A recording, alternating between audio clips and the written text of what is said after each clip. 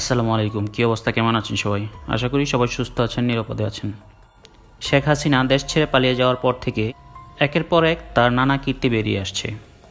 রাজনৈতিক ভিন্নমত পোষণকারীদের দমন করতে আওয়ামী লীগ সরকারের সময় বহু মানুষকে গুম করা হয়েছে। যে গোপন কারাগারে গুম করা হতো সেই জায়গাটার ছদ্মনাম হলো আয়নাঘর।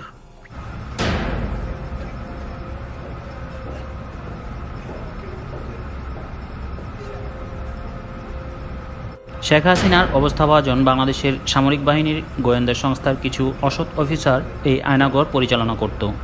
উত্তরে 14তলা বিল্ডিং, দক্ষিণে ম্যাচ বি। এই গুম হাউসটার শব্দের নাম হলো আয়নাঘর। বাংলাদেশের প্রতিরক্ষা বাহিনীর গোয়েন্দা সংস্থা directorate general of forces intelligence বা ডিজিএফআই হিসেবে পরিচিত। অভিযোগ রয়েছে যে ডিজিএফআইয়ের কাউন্টার টেরোরিজম ইন্টেলিজেন্স ব্যুরো বা সিটিআইবি আয়নাঘর নামে পরিচিত কুখ্যাত কারাগারটি রক্ষণাবেক্ষণ করে থাকে।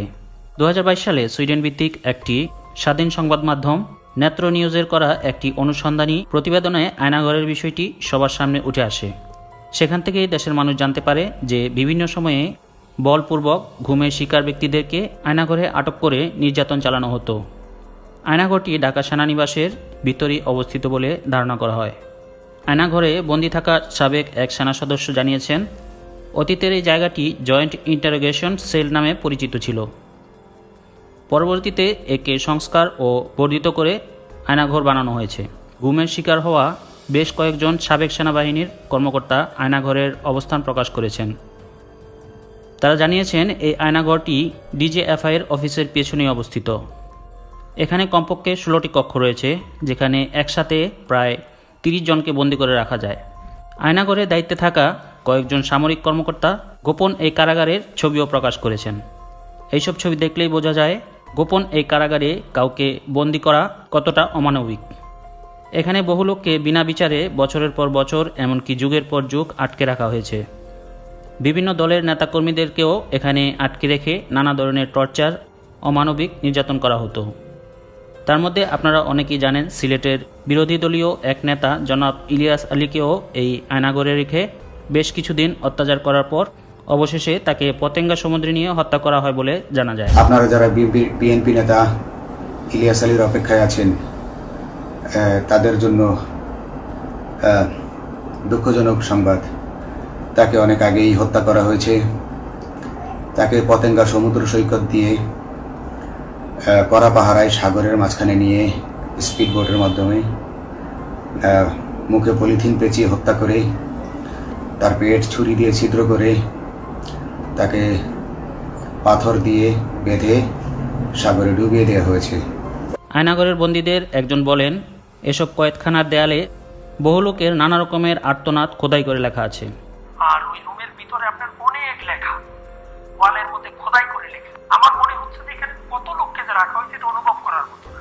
এক একজনের লেখার হাতের স্টাইল এক এক রকম। আমাকে ডিজিএফআই ধরে নিয়ে আসছে, আমাকে ডিজিএফআই অ্যারেস্ট করছিল বাড়ি থেকে, এরকম অনেক লেখা। কত লোককে যে এখানে ধরে নিয়ে রাখা হয়েছে তার কোনো হিসাব নেই। সবাইকে যে এখানে দীর্ঘ সময় বন্দী করে রাখা হতো এমনও নয়। অনেককে ছেড়ে দেওয়া হয়েছে, আবার অনেককে এখান থেকে নির্মমভাবে হত্যা করা হয়েছে।